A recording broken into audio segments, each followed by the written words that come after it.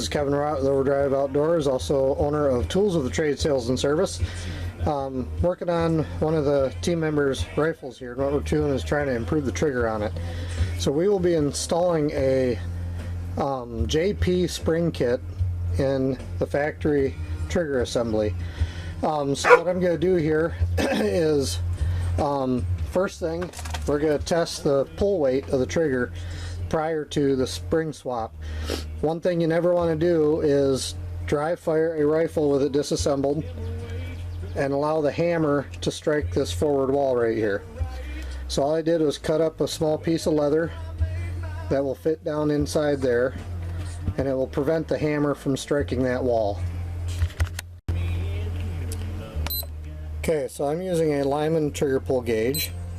We'll zero it out. Here's the first trigger pull on it.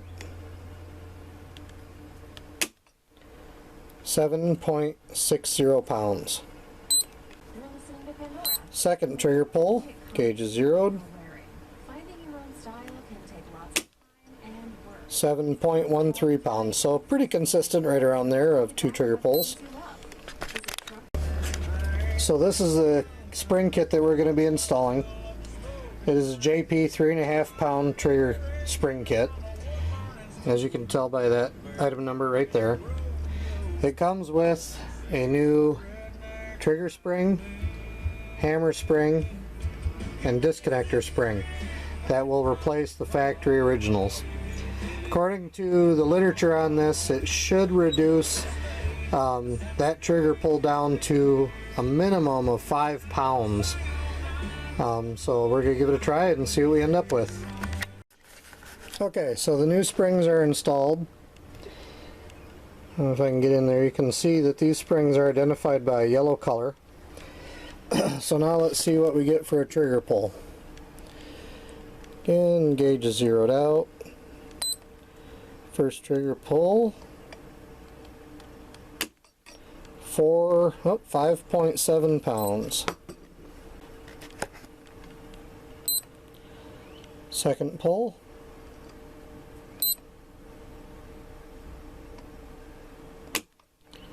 4.14. Do one more.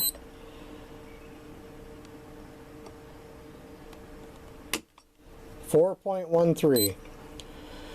So with what equates to about a I think I sell them for around 12 bucks for the spring kit.